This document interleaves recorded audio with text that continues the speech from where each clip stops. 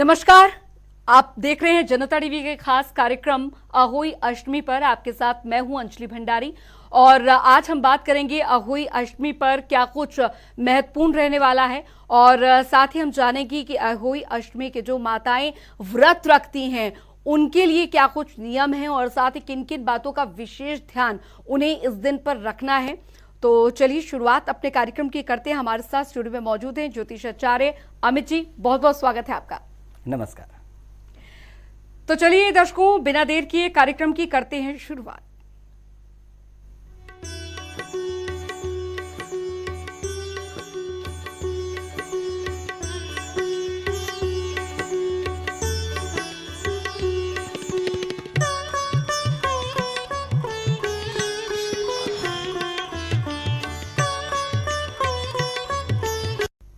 अहोई अष्टमी यानी कि वे खास दिन जब माताएं अपने बच्चों की दीर्घायु के लिए, उनके सफलता की कामना के लिए व्रत रखती हैं। ये व्रत बहुत ही महत्वपूर्ण होता है और खासकर उन दंपतियों के लिए भी व्रत काफी ज्यादा महत्वपूर्ण होता है जो कि निसंतान है।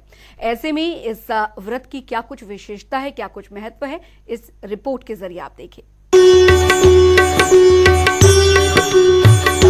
अहोई अष्टमी का व्रत संतान की लंबी आयु और खुशहाल जीवन की कामना के लिए रखा जाता है। संतान की चाह रखने वाले लोगों के लिए भी ये व्रत उत्तम माना गया है।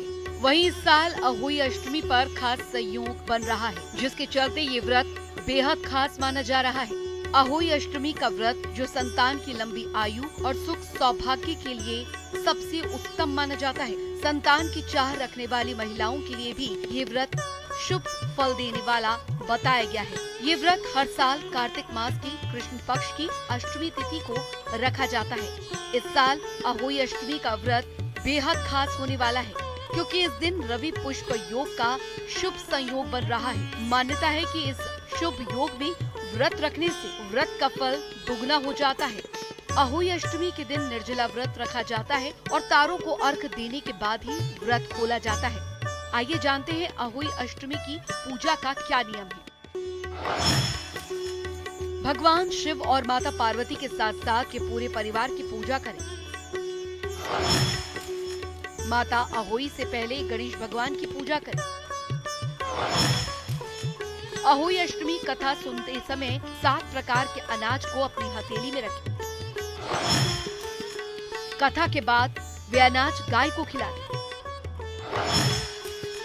पूजा के समय माताएं अपने पुत्र या पुत्री को अपने साथ बिठाएं।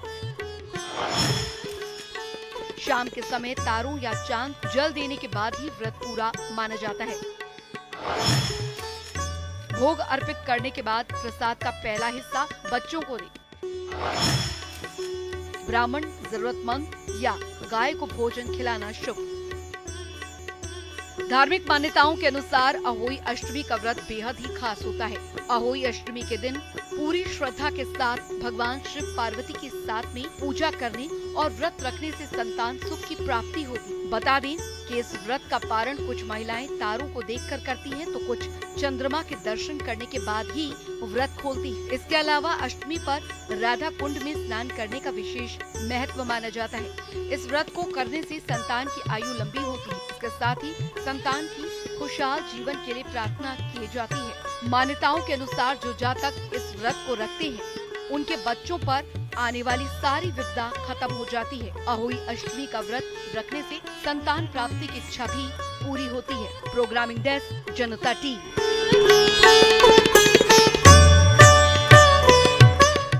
तो चलिए अपने कार्यक्रम को आगे बढ़ाते हैं और चर्चा यहाँ पर करते हैं कि आखिरकार इस अहोई अष्टमी पर्व का क्या कुछ महत्व है और जैसा कि हमने बताया पूजा, मुहूर्त और शुभ संयोग क्या कुछ रहने वाले हैं वो भी हम यहाँ पर जान लेते हैं। अमित जी, सबसे पहले हमारे दर्शकों को यही बताएं कि क्या कुछ महत्वपूर्ण जो है अहोई अष्टमी के इस व्रत में होता है। माताएं जो कि अपने बच्चों के दीर्घायु के लिए इस व्रत को रखती हैं, कितना महत्व होता है और क्या कुछ इसका शुभ मुहूर्त रहने वाला है। तो आइए सबसे पहले आपको बता दें मुहूर्त, क्योंकि मुहूर्त बहुत ज़रूरी है। आपको कितनी भी अच्छी बातें पता हो, लेकिन अगर आपने सही मुहूर्त में पूजा नहीं किया तो सब फायदा नहीं हो पाता है, पूरी तरह से गड़बड़ हो जाता है। तो इसीलिए सबसे पहले देखिए मुहूर्त क्या है। तो मुहूर्त तो रविवार का है और बहुत शुभ योग भी है, पुष्य नक्षत्र भी है, तो रवि पुष्य नक्षत्र हो जाता, बहुत ही शुभ योग है। आता रहता है ऐसा योग, लेकिन इस योग का फ़ायदा उठाना चाहिए।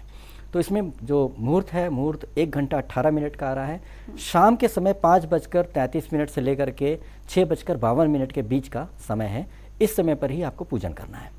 ये तो हो गया, लेकिन इसमें क्या होता है कि जैसे करवा चौथ में चांद देख करके व्रत खोला जाता है, इसमें तारा देख के खोला जाता है, क्योंकि रात में चंद्रोदय जब हो रहा है वो मिडनाइट में 12:02 पे हो रहा है, काफ़ी लंबी अवधि हो जाती है। इसलिए कहीं कहीं पर कुछ लोग चंद्रमा को देखकर व्रत तोड़ती हैं, कहीं पर तारा देख करके। तो आपके जहाँ आप इलाके में है, जहाँ पर आप रहते हैं, वहाँ की परंपरा क्या है उसके हिसाब से किया जा सकता है।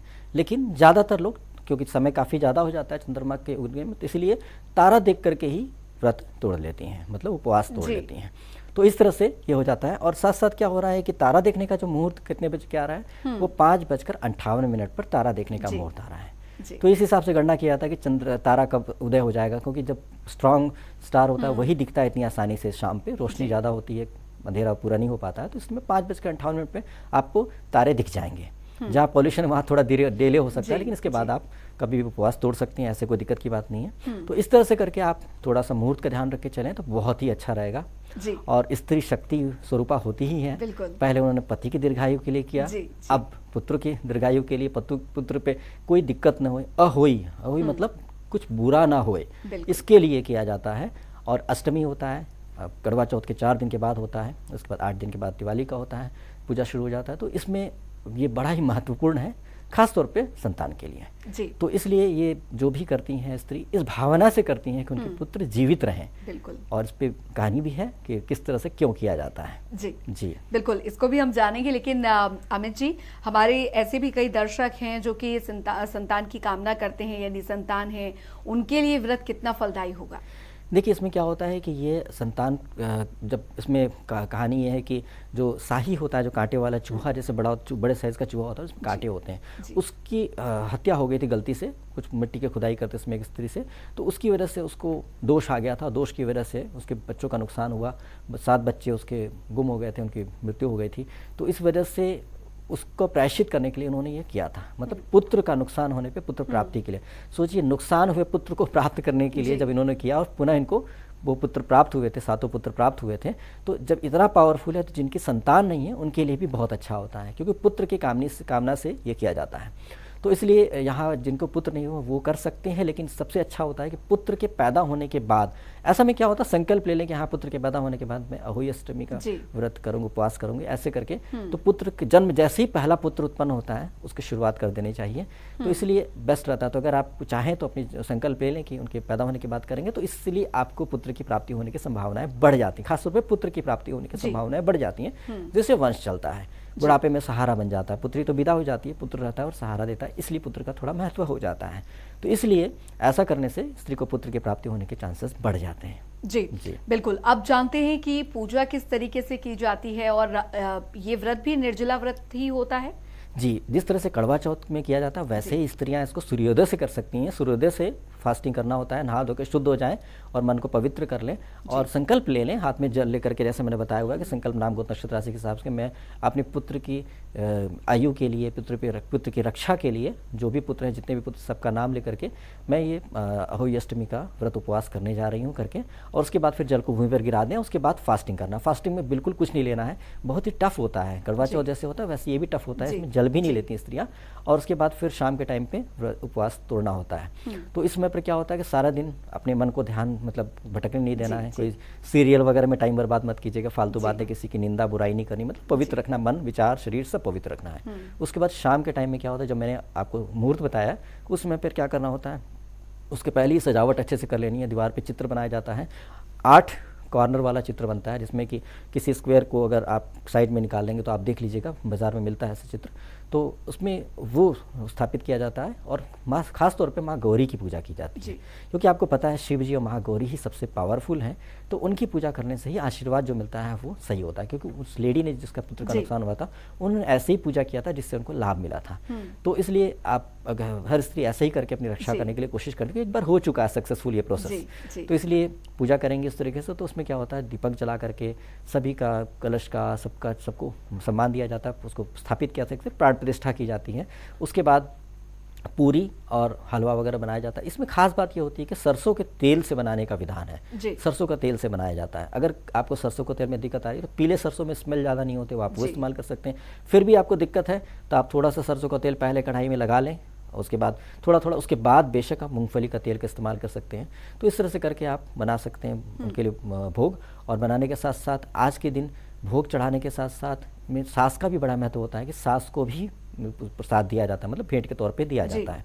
इससे सास का आशीर्वाद भी मिल जाता है। देखिए, पारिवारिक चीज़ है और पारिवारिक रिश्तों को मजबूत करने के लिए, कायम करने के लिए एक स्त्री किस तरह से प्रयास करती हैं, तो उस प्रयास को इस तरह से आशीर्वाद भी लेने से और भी मजबूत हो जाता है। तो स्त्री जब अपने सास को भेंट देती है तो इसलिए सास भी प्रसन्न होकर अपना आशीर्वाद देती है, तो इसलिए वो और भी मजबूत हो जाती है वो पूजा। और उसके साथ जब देखती है कि वो अपने बुजुर्गों का सम्मान कर रही है, मान दे रही है, बुजुर्ग भी द्रवित हो रहे हैं, उनका हृदय मतलब कोमल हो रहा है, उनके प्रति सॉफ्ट हो रहा है, लविंग हो रहा है, तो ब्लेसिंग्स मिल रही है, तब देवता बहुत खुश होते हैं। देवी देवता कहते हैं देखो इसने परिवार की मर्यादा का पालन किया है और सबका मान सम्मान दिया है, अच्छी है बहू, इसको आशीर्वाद देना चाहिए, इसका पुत्र जीवित रहे। तो आपकी एक्टिविटी और आपका आचरण बहुत ही अच्छा होना चाहिए, मर्यादा में होनी चाहिए। इस तरह से करके लाभ मिल जाता है।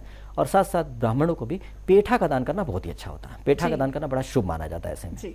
जी बिल्कुल अमित जी, क्योंकि दीर्घायु के लिए तो यहाँ पर माताएं अपने बच्चों के लिए व्रत रखती ही हैं, लेकिन साथ ही उनकी सफलता, उनके सफल जीवन, उनके करियर को लेकर भी माताएं जो हैं वो इस व्रत को रखती हैं। तो ऐसे में जिनके जो माताएं चाहती है कि उनका जो बच्चा है वो सफल हो, पढ़ाई कर रहे हैं या कॉलेज में है या कोई एग्जाम की प्रिपरेशन कर रहे हैं, तो उनके लिए क्या कुछ विशेष यहाँ पर रहने वाला है? वो किस तरीके से माता की पूजा इस दिन करें ताकि उनके बच्चों को करियर में कम से कम जो है वो सफलता मिले?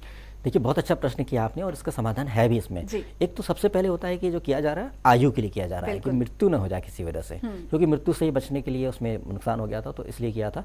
आयु तो बच जाए, उसके साथ और भी क्या है कि जब पूजा की जाती है तो उसमें माँ सरस्वती भी होती है, माँ लक्ष्मी भी होती है, माँ गौरी तो होती ही है, ऐसी भी उनकी भी पूजा की जाती है साथ में। तो माँ लक्ष्मी की जब पूजा की जाती है और अच्छे विधि विधान से इतना व्रत करके अपनी सास का भी आशीर्वाद लेकर के किया जा रहा है, ब्राह्मणों को भी दान कर रहे हैं, तो ऐसी पवित्र स्थिति में ऐसे पुण्य कमाने के बाद जब स्त्री अपने बच्चे के लिए ये प्रार्थना करती है कि वो धनवान हो, तो निश्चित तौर पे माँ लक्ष्मी का भी आशीर्वाद मिलेगा। साथ साथ माँ सरस्वती भी होती हैं, उनको भी अगर मान सम्मान दिया जाता है, उनसे भी प्रार्थना की जाती है, तो क्या होता है कि उसमें बुद्धि विवेक भी बहुत अच्छा काम करता है। बच्चे, जैसे आपने पूछा, कंपटीशन में तैयारी कर रहा है या फिर आप बच्चा पढ़ाई कर रहा है, तो ऐसी स्थिति में क्या होता है कि वो बच्चा अच्छे से पढ़ पाता है, उसकी बुद्धि सही जगह पे लगती है, सही विद्या पे लगती है और सफल हो पाता है। तो बुद्धि विवेक भी बढ़ता है, धन की भी प्राप्ति होती है, स्वास्थ्य लाभ भी होता है। तो इस तरह से बच्चा अगर स्वस्थ रहे, बुद्धि रहे, धन कमा रहा है, सब कुछ कर रहा है, तो इस योग्य बन जाता है। और जब प्रार्थना ये भी करें, जरूर स्त्रियों से विनती है कि ऐसी भी प्रार्थना करें कि मेरा बेटा संस्कारिक हो। ऐसा ना हो कि बहुत अमीर हो जाए, अमेरिका जाके बैठा हो और आपको पूछने को नहीं आ रहा, आपका बुढ़ापा कष्ट में कटे और बाद में वो आपकी मृत्यु के बाद अफसोस करे कि मैंने माँ बाप की सेवा नहीं की। तो ऐसी स्थिति ना है, इसके लिए आपको हमेशा ये करना चाहिए, मेरे अब तक के सारे जन्मों के पापों दोषों के लिए मुझे क्षमा करते हुए कृपा करके मेरे पुत्र को योग्य बनाए, जिससे मेरे बुढ़ापे में मुझे प्रेम और सहयोग बच्चे से प्राप्त हो, और बच्चा भी पुण्य कमाएगा अपने माँ बाप की सेवा करके, आपको भी बच्चों से प्यार खुशी मिलेगी, तो आपका भी अंत समय अच्छा जाएगा। जीवन बहुत बड़ा है, इसके लिए आपको तैयारी करनी चाहिए, इसलिए ये भी प्रार्थना करना बहुत ही अच्छा रहता है। तो ऐसे करके आप करते हैं तो बहुत अच्छा होता है और इस तरह से आप अपने पारिवारिक जीवन को बहुत बढ़िया समृद्ध बना सकते हैं। शक्ति स्वरूप है स्त्रियां, अपने परिवार को भी शक्तिशाली बना सकती हैं, मजबूत बना सकती हैं। बिल्कुल अमित जी, क्योंकि जो माताएं पहली बार ये व्रत यहाँ पर करने जा रही हैं, उनके लिए विशेष तौर पर मैं जानना चाहूंगी कि जो भोग की थाली जो कि अर्पित की जाएगी अहोई माता को, उसमें क्या कुछ विशेष तौर पर हमें ध्यान देना होगा, किस तरीके से पूजा और क्या कुछ मंत्रों का उच्चारण जो है वो करें?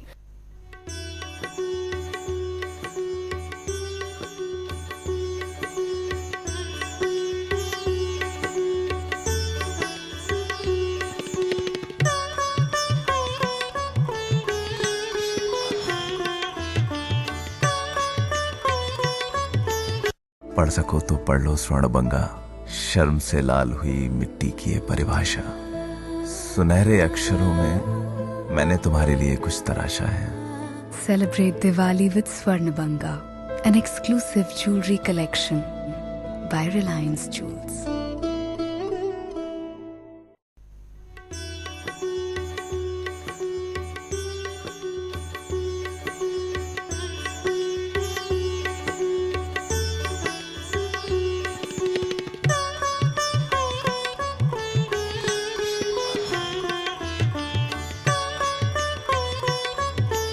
देखिए इसमें क्या होता है, भोग में जो है ना पूरी होता है, हलवा होता है और चने का साथ भी बनाया जाता है। जी। तो ये विशेष तौर पे देवी का भोग होता है। आप मिठाई वगैरह भी चाहें तो कर सकते हैं। और साथ साथ क्या है कि उसमें कुछ पात्र भी भेंट करना चाहिए। कुछ पात्र में धन रख करके दक्षिणा के तौर पे कम से कम 7 तो होना ही चाहिए, क्योंकि वहाँ पर 7 पुत्र का नुकसान हुआ था, तो जी। चली आ रही परंपरा, तो उसको ही कॉपी किया जाता है एक तरीके से। 7 जैसे 7 पात्र ले लें, उसमें धन रख लें, कुछ अच्छी शुभ चीज़ें रख लें, कुछ ड्राई फ्रूट्स रख लें, कोई मतलब जो भी शुभ चीज़ें आपकी क्षमता है उस हिसाब से रखें और अपनी सास को दें। और सास उसको किसी को भी दे सकती हैं। सास को अधिकार है कि वो किसी को भी बांटे, चाहे वो अपनी बेटियों को बांटे, चाहे जिसको भी प्यार करते हैं उनको बांटे, उनका अधिकार होता है। आपको इसको चिंता करने की आवश्यकता नहीं है वो क्या कर रही हैं। तो इस तरह से करके करते हैं तो उसमें काफ़ी अच्छा होता है। और माँ गौरी की पूजा हो रही है तो ध्यान रहे, माँ गौरी के लिए आप मंत्रोच्चार कर सकते हैं। और अगर आप माँ गौरी की पूजा, आपको जो विधि आती है माँ गौरी की श्रद्धा से प्रेम से करें, तो यहाँ पर कोई तंत्र वाली चीज़ नहीं है, यहाँ पर कोई ऐसी चीज़ नहीं है कि आपको बहुत, यहाँ श्रद्धा और समर्पण वाली चीज़ है कि आप बहुत मेहनत करके अपने आप को भूखा रह के, कष्ट में पहुंचा के, पवित्र रह करके अपने बच्चों के लिए प्रार्थना करें। ये बहुत ही मार्मिक और बहुत लविंग है कि आप अपने बच्चों के लिए इतना त्याग करें। तो माँ का जो रूप होता है ना, माँ त्याग वाली माँ होती है, खुद से ज़्यादा अपने बच्चों को प्यार करती है। ये अनकंडीशनल लव होता है। माँ का प्यार सर्वोत्तम प्यार होता है, परमेश्वर जैसा प्यार होता है। तो जब इस स्थिति में माँ आती है, इस तरह से निस्वार्थ रूप से बच्चों से प्रेम करके बच्चों के लिए भला चाहती है, तो परमात्मा का आशीर्वाद स्वयं ही प्राप्त होता है। सबसे जरूरी है कि पवित्रता और मन में सफाई हो और बहुत निश्चल प्रेम से करें तो अच्छा रहता है।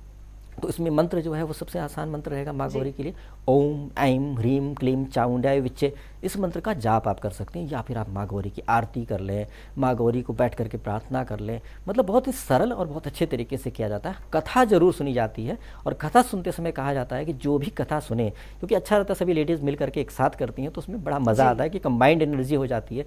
जब लोग जब मिल जाते हैं तो ऊर्जा बहुत बढ़ जाती है और मिलजुल के करें तो इससे फ़ायदा ये होता है कि बच्चे जो भी होते हैं बच्चों को शक्ति मिलती है अच्छे तरीके से, सभी माताओं की शक्ति मिल जाती है। जो कथा सुने, कि एक कथा कहेंगे तभी दूसरी कथा सुनेंगे, ऐसा ही होता है। सब में ग्रुप में से कोई भी जो अच्छा बोल सकता है वो कथा सुनाए, तो उसमें शाही की जो जिस तरह से मृत्यु हो गई तो वही कथा होती है। और कथा जो 7 अनाजा लेकर, 7 तरह के अनाज मुट्ठी में लेकर के उसके बाद कथा सुननी चाहिए और इसको किसी गाय को खिला देना चाहिए, ऐसा कहा गया है। तो अच्छा रहता है, शुभ रहता है।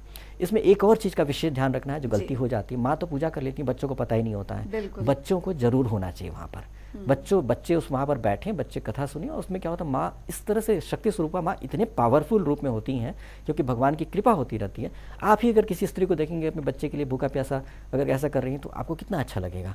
तो इसलिए जब जिस तरह से भगवान का आशीर्वाद, पितरों का आशीर्वाद, बड़े बुजुर्गों का आशीर्वाद मिला होता है तो माँ बहुत शक्तिशाली होती है। ऐसे में बच्चा भी अच्छे आचरण के साथ शुद्ध होकर माँ का सहयोग करे बैठे साथ में, तो उससे क्या होता है, बच्चे को इमीडिएट एनर्जी मिल जाती है, इमीडिएट लाभ मिल जाता है और सुरक्षित हो जाता है। अगर कोई गड़बड़ी हो रखी है, तंत्र मंत्र टोने टोट के बच्चे के ऊपर हो रखे हैं, तो इस पवित्रता के साथ माँ के निश्चल प्रेम से परमात्मा से जुड़ करके वो बच्चे को रक्षित कर सकती हैं, सुरक्षित कर सकती हैं। तो ये भी बहुत बढ़िया रहता है। बच्चों को भी शामिल होना चाहिए और पति को भी और पिता को भी सहयोग देना चाहिए इस मामले में। कहा जाता है कि जब पहला पुत्र होता है तो मायके से सामान आना चाहिए, मायके से सामान आता है और फिर वो लड़की जो होती है अपनी सास को भेंट स्वरूप देती है। तो देखिए मायके से भी अच्छा संबंध बनता है, कोऑर्डिनेशन बहुत अच्छा बनता है और साथ साथ वो अपनी सास को भी देती है। तो बड़ा ही पारिवारिक, बहुत ही लविंग और बहुत ही प्यारा उत्सव है, त्यौहार है, व्रत है, सब कुछ इसके अंदर बहुत ही अच्छा है और एक समाज को बड़ा मजबूत करता है। तो इसलिए एक बहुत अच्छी रचना है, इसका करना चाहिए और सभी को करना चाहिए। इसमें बहुत दिक्कत की बात नहीं होती है, वो सरल और सिंपल है, बट भावना वाली बात होती है और इससे बच्चों को रक्षा मिलती है, इसमें कोई दो राय नहीं है। जी बिल्कुल। और त्योहारों में खासकर हम देखते हैं कि आजकल विशेष संयोग बन रहे होते हैं, तो इस बार अहोई में भी कुछ विशेष संयोग यहाँ पर रविवार को पुष्य नक्षत्र होता है, रवि पुष्य नक्षत्र कहते हैं, योग बन रहा है। ये बहुत ही अच्छा, बहुत ही शुभ है और अच्छा इसका लाभ मिलता है। इससे काफ़ी शक्ति प्राप्त होती है, काफ़ी बल प्राप्त होता है और इस समय पर क्या होता है कि जो पूजा होती है वो और भी डायनेमिक तरीके से पावरफुल हो जाती है। जो भी आप करते हैं वो काफ़ी पावरफुल होकर मल्टीप्लाई होता है। जैसे आप जो वाणी बोल रहे हैं, अगर सामने अगर एम्पलीफायर लगाओ, माइक में लाउड स्पीकर में बोलो तो आपकी बोली वाणी कितना बढ़ जाती है। तो समझ लीजिए कि आपके पूजा में एम्पलीफायर लग गया, बहुत लाउड, जैसे आवाज़ बढ़ जा रही है वैसे पूजा भी वृद्धि हो जा रही है। तो ये बहुत ही अच्छा होता है, समय का सदुपयोग जरूर करना चाहिए। और इसमें पर जब आप पूजा पाठ करके आप फायदा उठाते हैं तो उसमें काफ़ी अच्छे रिजल्ट्स आते हैं। बस ये कि सभी पूजा की सामग्री का सदुपयोग करें। देवी माँ को लाल वस्त्र, लाल पुष्प बड़ा प्रिय है, तो लाल पुष्प अवश्य चढ़ाएं तो अच्छा रहता है। और आपको बताया मैंने कि पेठे का दान ब्राह्मण को जरूर करें। ब्राह्मण मतलब योग्य हो, नॉनवेज ना खाता हो, सात्विक अच्छा हो, ऐसी की तलाश करें। अगर आप अच्छे ब्राह्मण को महत्व देंगे, उनको सहयोग करेंगे, तभी तो अच्छे ब्राह्मण आगे बढ़ेंगे। नहीं तो आप उनको सहयोग नहीं देंगे तो फिर कल को मिलेंगे ही नहीं आपको ब्राह्मण, और उनका सहयोग साथ समाज में बहुत ज़रूरी है। तो इसीलिए आप उनको ढूंढ करके उनको दान जरे दें। और सास को भी आप संभव, अगर आपके अंदर सामर्थ्य है तो सास को वस्त्र वगैरह भी दें, बहुत अच्छी तरीके से भेंट करें, सास को प्रसन्न करें।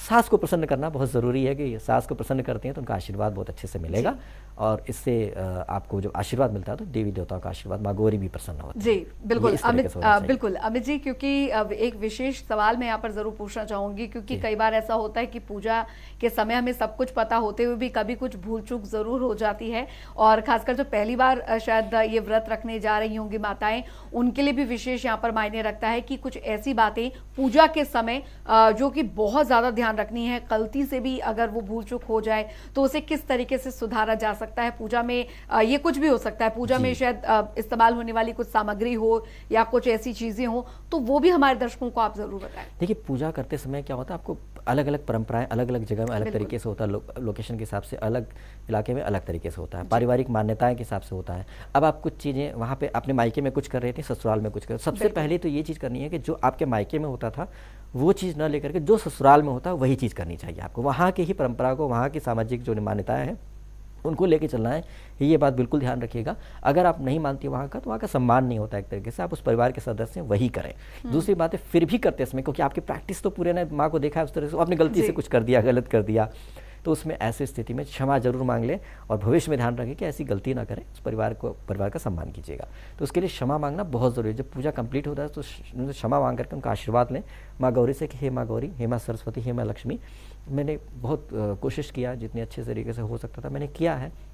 पूजा करते समय इसमें साही माता का भी की जाती है, मतलब जो कांटे वाला जो चूहा था ना, उसको कितना सम्मान दिया गया हिंदू धर्म में। एक चूहे की आत्मा को भी, चूहे की भी देवी के रूप में पूजा जा रहा है। मतलब जो स्त्री, जो मदर थी उसकी, जिसकी बच्चों की डेथ हो जाती है, तो उस मदर का भी कितना सम्मान किया जा रहा है। मतलब जीव जंतु पशु पक्षी सभी में परमात्मा को देखा गया है, तो उसको भी पूजन में उसकी भी चित्र बनाया जाता है। और इंटरेस्टिंग बात यह है कि साही माता का वो एक पेंडेंट बना करके लॉकेट में चित्र अंकित करके उसको बनाया जाता है, और जब बच्चा पहले वर्ष में उसकी जब पूजा की जाती है होली अष्टमी, तो उसके दोनों साइड एक मोती डाल दिया जाता है, और इस तरह से हर वर्ष में एक मोती डाला जाता है, तो उससे उसकी माला बनती जाती है। तो उसको बच्चे को पहनाया जाता है इससे कि ताकि बच्चा सुरक्षित रहेगा, उसमें शक्ति हो जाती है सुरक्षित रहने की। तो हर कोशिश की गई है कि बच्चे के साथ दुर्घटना ना हो, बच्चे की मृत्यु ना हो। फिर भी अगर आपसे गलती हो जा रही है, तो अगर मान लीजिए उसमें ठीक तरीके से ऊर्जा नहीं आ पा रही, तो आप क्षमा मांग लेंगे। तो आप जितना प्यारा काम कर रहे हैं अपने बच्चों के लिए, अपने लिए तो कर नहीं रही है माँ, खुद तो त्याग कर रही है, अपने बच्चों के लिए कर रही है, तो इतना प्यारा त्याग वाली पूजा है।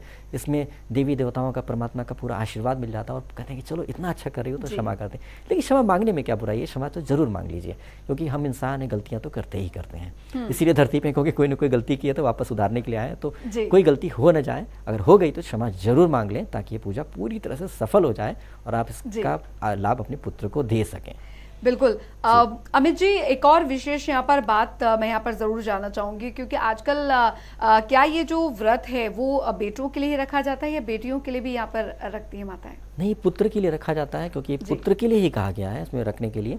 देखिए, देवी के लिए अलग होता है, देवी के बच्चियों के लिए, बेटियों के लिए अलग होता है। नवरात्रि में जैसे आप कन्या पूजन करते हैं, ठीक है, क्योंकि ये माना जाता है कि स्त्रियां जो फीमेल्स होती हैं ऑलरेडी पावरफुल होती हैं, इसमें कोई डाउट नहीं है, और लड़कियां, स्त्रियां शक्ति स्वरूपा होती हैं, बल्कि समाज पूरा का पूरा, पृथ्वी जो है वो स्त्री से ही उम्मीद करता है कि शक्ति दें, और शक्ति स्वरूपा होती ही हैं। इसीलिए उनका नवरात्र में पूजन किया जाता है। लड़कों को नहीं, लड़कों को तो 1-2 लड़के होते हैं, सिर्फ एक भैरव रूप में, एक हनुमान जी के रूप में। तो इसलिए क्या है कि यहाँ पर सिर्फ लड़कों के लिए किया जा रहा है, क्योंकि लड़कों का नुकसान हो जाने से वंश नहीं चल पाता है, तो उसमें फिर परिवार में बुढ़ापे में कौन ध्यान रखेगा, बेटी विदा हो जाएगी। तो इस भावना के साथ वो किया जाता है, और एक बार ऐसा हो चुका है तो इसी वजह से ये परंपरा चली आ रही है, ताकि रक्षा हो। इस वजह से की जाती है ये। जी बिल्कुल अमित जी, क्योंकि बहुत महत्वपूर्ण यहाँ पर होता है कि संतान सुख की प्राप्ति के लिए हर कोई इस व्रत को यहाँ पर रखता है। लेकिन जैसा कि आपने यहाँ पर बताया भी कि जो निसंतान माताएं हैं वो इस मन में एक संकल्प लेके इस व्रत को रख सकती हैं, तो उनके लिए क्या कुछ अलग विशेष होता है जो वो पूजा में उसको जरूर ध्यान में रखें, अगर हम कंपेयर करें जो माताएं जिनके बच्चे हैं उनसे? तो जी, बहुत अच्छा प्रश्न किया आपने। असल में क्या है कि जिनको संतान है उनको बहुत दुख होता है कि सभी करनी पूजा, हम नहीं कर पा रहे हैं क्योंकि मुझे तो मेरी संतान ही नहीं है। तो ऐसे केस में अगर कोई पड़ोस में कर रही है, महिलाएं मिल करके कर रही हैं, तो वहाँ पे जाके कथा जरूर सुने। 7 अनाज हाथ में लेकर के बैठ करके मुट्ठी बांध करके उसके बाद कथा सुने और समझने की कोशिश करें, तो समझ में आएगा कि कितना पावरफुल होता है, माँ के कितने अंदर शक्ति कितनी होती है। तो आपको ये भी चेतना आएगी, मैं एक शक्तिशाली स्त्री हूँ, मैं माँ बन सकती हूँ और मैं माँ नहीं बन पा रही हूँ, तो क्या कारण हो सकता है आपने किसी जन्म में कोई दोष किया हो, क्योंकि वो जो स्त्री थी उस साई के बच्चे को जो नुकसान हो गया था क्योंकि मिट्टी खोद रही थी पूजा पाठ करने के लिए, और मिट्टी खोदते समय उसकी मृत्यु हो गई थी, कट के मर गया था। इसकी वजह से और किसी को बताई नहीं, इस दोष की वजह से पुत्र का होते हुए भी नुकसान हो गया। तो अब आप समझने की कोशिश करिए, एक माँ साही जो है, एक जीव की माँ जो होती है, वो उसने शाप दिया तो मनुष्य को वो संतान होते हुए मर गया। तो हो सकता है आपने किसी जन्म में कोई पाप किया हो, तो पापों का प्रायश्चित करने की कोशिश करें। कथा को सुन करके आपके अंदर विश्वास है, और वहाँ जो ऊर्जा आएगी, इतनी पावरफुल ऊर्जा आएगी, संतान की रक्षा कर रही है, तो आपके लिए भी ऊर्जा मिलेगी, और उस ऊर्जा का सही तरीके से इस्तेमाल करके प्रायश्चित करके करेंगे तो भगवान आपको इस योग्य बना देंगे कि आपको संतान की प्राप्ति होगी, और संतान के लिए आप अहोई अष्टमी कर पाएंगे। तो इसलिए बड़ा ही शुभ रहेगा। जी बिल्कुल, बहुत शुभ रहने वाला है अहोई अष्टमी का ये व्रत। कठिन व्रत होता है, लेकिन जो संतान के माताएं अपना ये तपस्या करती हैं वो अपने आप में बहुत महत्वपूर्ण होता है, और अपने बच्चे के लिए तो हर माँ अपने किसी भी मुश्किल से पार कर गुजरती है। तो ये एक मातृत्व शक्ति का एक प्रमाण यहाँ पर देखने को मिलता है ये व्रत। तो बहुत बहुत शुक्रिया अमित जी, आप हमारे स्टूडियो में आए और इतनी सारी जानकारियां आपने अहोई अष्टमी को लेकर दी। बहुत बहुत धन्यवाद आपका भी।